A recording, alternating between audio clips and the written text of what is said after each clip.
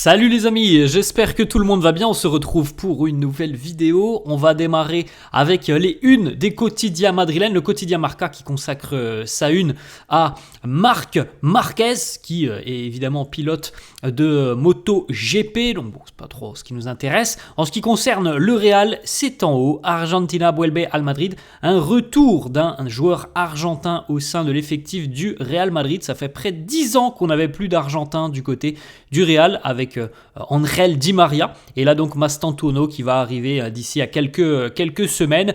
On est évidemment très impatient de découvrir un petit peu plus ce joueur qui est décrit et considéré comme un élément presque indispensable déjà du côté de l'Argentine, qui est décrit aussi comme peut-être l'un des plus grands cracks du football argentin depuis quelques années maintenant, voire même depuis Léo Messi. Donc voilà, on est impatient de le découvrir, on verra ça dans quelques semaines maintenant, avec évidemment aussi une certaine forme de pression sur ses épaules, même si on avait vu des déclats il y a quelques jours. Il avait dit, voilà, moi je viens pour travailler, pour aider l'équipe, je suis conscient de mes qualités, de mes capacités. On espère évidemment que l'adaptation sera rapide pour Mastantuono. Le Real a besoin d'une adaptation très rapide. On continue, la une du quotidien AS qui titre El Madrid saca musculo. Le Real sort les muscles. Alors on a eu quand même un mercato beaucoup plus animé que les saisons précédentes. Le Real a quand même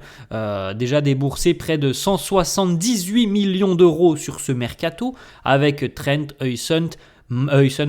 Mastantuono et Carreras. C'est un mercato animé, c'est une équipe modifiée que l'on découvrira dans quelques semaines maintenant pour le début de la pré-saison et pour évidemment le premier match officiel. En tout cas, le Real avait besoin de se renforcer. Il y a certainement encore des manques dans cet effectif, mais on a, je pense, déjà aussi comblé quand même quelques problématiques de l'aspect défensif en termes de qualité pure, je l'espère. Après, tout ce qui sera organisation tactique, c'est à Xabi Alonso évidemment d'imposer aussi sa patte.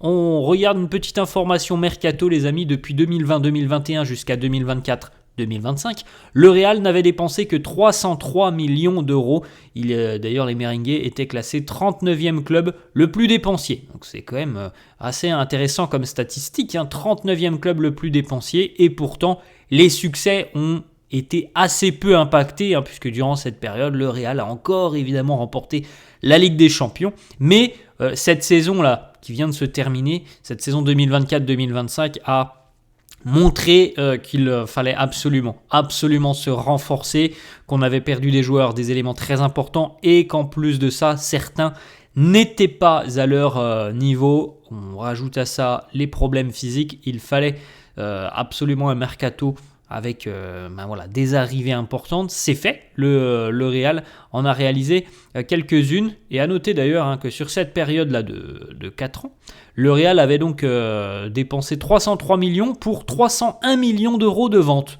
Donc qui est quand même plutôt intéressant, un bon équilibre, alors que certains clubs ont une balance qui est complètement à l'inverse. Il y a beaucoup d'achats, mais très peu de ventes. Le Real, lui, a toujours cette forme d'équilibre, même si pour le moment, là sur ce mercato purement 2025, la balance est quand même beaucoup plus du côté des achats. Ensuite, la petite information, pour le moment 178 millions d'euros dépensés sur ce mercato. C'est tout simplement le plus gros mercato en termes de volume financier depuis 2019. Donc voilà, important de le noter. On regarde, les amis, aussi, c'est important de voir ça, les salaires des joueurs du Real Madrid, donc avec leur contrat et les salaires, Kylian Mbappé étant le joueur le mieux payé avec plus de 30 millions d'euros, deuxième position.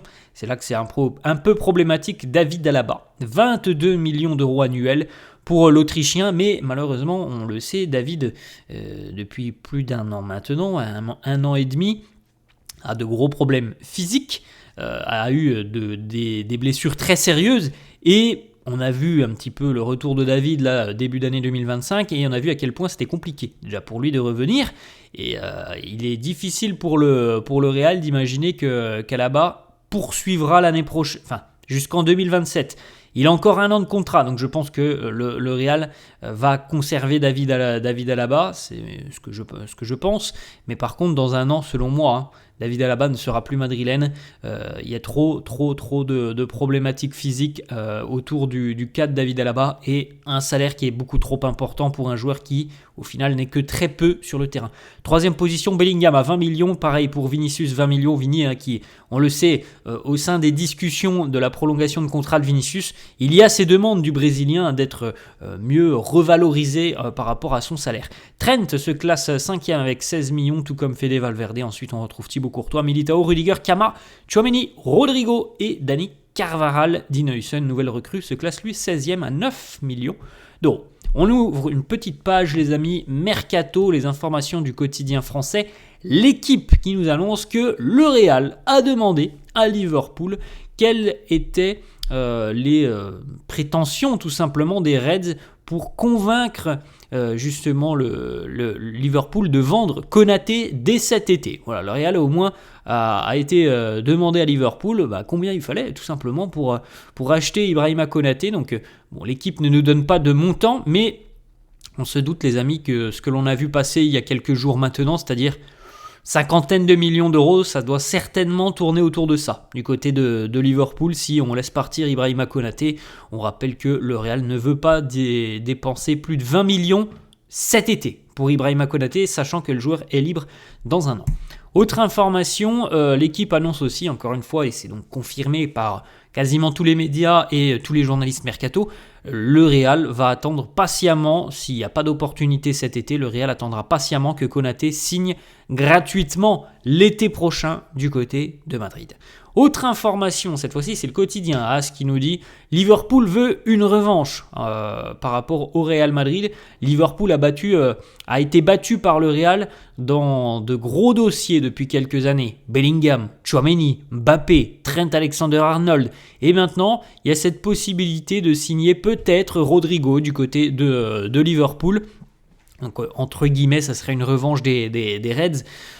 Oui, on peut le voir comme ça. Maintenant, je pense surtout que du côté de Liverpool, on va peut-être aussi calmer un petit peu le jeu, parce que là, les Reds ont quand même dépensé, avec Florian Wirtz et l'arrivée d'Ekitike qui est prévue, c'est à peu près, les amis, 220-230 millions d'euros. Donc, est-ce que Liverpool va être en mesure aussi là d'aller poser les 100 millions à peu près qui sont demandés par le Real pour Rodrigo? On peut se poser la question, là, ils ont quand même déjà sorti un gros mercato du côté de Liverpool. On n'oublie pas non plus par exemple Milos Kerkez, Frimpong.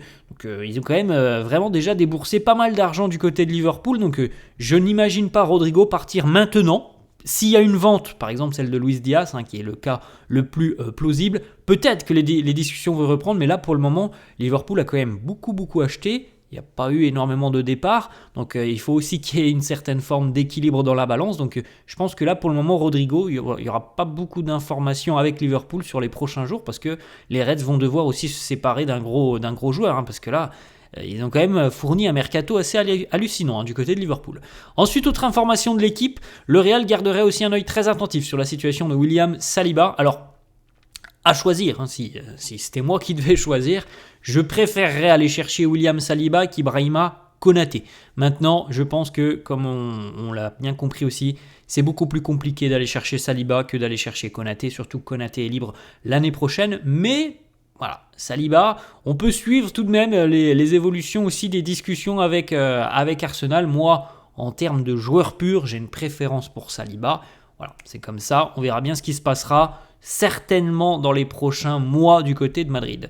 Ensuite, on a une petite information qui concerne Lucas Vazquez qui vient tout fraîchement donc de quitter le Real Madrid. Lucas Vazquez a pu dîner très récemment avec le président du Deportivo La Corogne, le directeur et le directeur sportif. Ils lui ont parlé des projets du Deportivo et des ambitions du club. Donc voilà, à voir si ça peut être une opportunité pour Lucas Vazquez. Bon, je sais pas quand même, parce que le Deport n'est pas en Liga, donc c'est quand même un élément très important. Est-ce que Lucas Vazquez a envie d'aller jouer plus bas, ou est-ce qu'il a certainement d'autres opportunités en Europe, dans un championnat de première division? Donc bon, le déportant de sa chance, je ne sais pas si ça pourra aboutir. Ensuite, autre information, alors lui on l'avait presque oublié les amis, Jesus Régnier. Le Real veut trouver une solution définitive pour le Brésilien Jesus Régnier. Xabi Alonso ne compte pas sur lui. Pour le moment, il n'y a pas d'offre sur la table du Real Madrid. Et du côté du Real, on veut trouver une solution pour tout simplement que tout soit clarifié. Et même s'il n'y a pas d'offre qui arrive sur la table, le Real serait prêt à mettre fin au contrat de Jesus Régnier. Donc voilà, moi franchement cette année, je n'ai pas pensé une seule fois à Jesus Régnier. Et on n'en a pas beaucoup parlé sur la chaîne de ses performances. C'est dire si encore une fois ça a dû être une saison très compliqué pour Jesus Régnier. Alors, on se souvient du prêt à Dortmund qui avait été un franc échec pour Jesus Régnier. Je pense sincèrement qu'il n'a aucun avenir du côté du Real Madrid à court terme, peut-être à moyen ou long terme, mais il faut absolument pour lui qu'il trouve une équipe qui lui donne du temps de jeu, de la confiance et qu'il réussisse aussi à se démarquer. Il a été considéré à ses débuts comme un joueur très prometteur. Après quelques années quand même maintenant les amis, le joueur très prometteur qu'il a été, on n'a rien vu de Jesus Régnier, donc ça devient évidemment très compliqué d'imaginer qu'il ait la possibilité d'avoir une chance du côté de Madrid.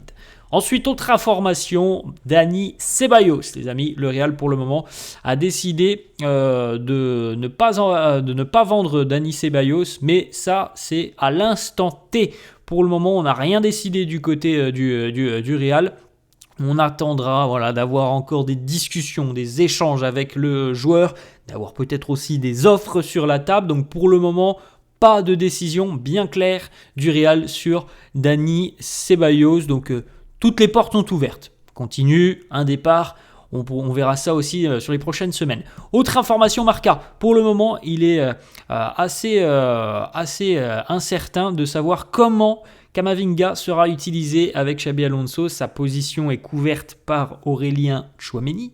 On connaît Kama au milieu de terrain. On connaît aussi Kama latéral grâce à Carlo Ancelotti. Là, pour être latéral, maintenant, ça va quand même être beaucoup plus compliqué. On a bien compris, Alvaro Carreras, les performances aussi de Fran. Donc, il est vrai que c'est quand même un avenir très incertain pour Camavinga à l'heure actuelle, parce que on ne voit pas trop où il va pouvoir jouer, étant donné que Tchouaméni semble être vraiment un joueur très apprécié par Xabi Alonso. Moi, j'adore les qualités d'Eduardo. Maintenant, c'est assez compliqué au vu de la concurrence et c'est assez compliqué aussi parce que Eduardo malheureusement lorsqu'il a la possibilité de se montrer en tant que titulaire, en général il a quand même beaucoup plus d'impact lorsqu'il entre en cours de jeu. Alors il y a eu évidemment des périodes où en tant que titulaire il était très à l'aise. Maintenant moi j'adore les qualités d'Eduardo et j'espère sincèrement qu'il pourra avoir un rôle important du côté de Madrid. À noter, Marca nous annonce qu'Arda, Tchouaméni et Fede Valverde ont tous un avantage par rapport à Camavinga en ce qui concerne un poste de milieu de terrain titulaire. On poursuit les amis, deux petites photos. Trent Alexander-Arnold, les vacances pour lui sur un cheval en mode cow-boy peut-être pour Trent. Du côté du Brésil, les vacances se poursuivent aussi justement pour Camavinga, accompagné de Travis Scott ou encore Vinicius Junior. Et puis on termine une petite déclaration de Paul Pogba qui était avec le célèbre streamer iShowSpeed. Il lui a posé une petite question sur le Ballon d'Or, les tendances de cette année. Il nous dit mon top 5, Dembélé, Lamine, Hakimi, Vitinha et Mbappé. Il nous dit aussi tout le monde tue Kylian Mbappé partout, mais il a quand même terminé en étant un Pichichi, meilleur buteur en Europe et dans le monde. Oui, c'est un fait pour Mbappé. Après, évidemment, le Ballon d'Or ne se résume pas uniquement qu'aux buts marqués et le trop peu de trophées remportés par Kylian Mbappé, trophées évidemment collectifs, peseront dans la balance et Mbappé ne remportera pas le Ballon d'Or. C'est impossible selon moi. Alors après, on a déjà eu des surprises au niveau du Ballon d'Or, pas plus tard que l'année dernière, mais je ne vois pas Ballon d'Or Kylian Mbappé cette année. Je pense que Dembélé, selon moi, ou Hakimi le mérite très, très largement avec le gain de la Ligue des Champions. Je pense que c'est quand même très important. Alors, du côté de Barcelone, évidemment, on milite pour Lamine Yamal. Il a fait une superbe saison, Lamine, j'ai pas de souci là-dessus, mais il n'a pas gagné la Ligue des Champions, contrairement à Dembélé et Hakimi ou encore Vitinha. Donc selon moi, ça doit être un Parisien qui remporte le Ballon d'Or, on verra tout ça dans 2 mois. Voilà les amis, la fin de cette vidéo, j'espère que ça vous a plu. N'hésitez pas comme d'hab à lâcher un petit pouce bleu, n'hésitez pas non plus à vous abonner à la chaîne. Je vous souhaite une très bonne journée, je vous dis à la prochaine. Ciao.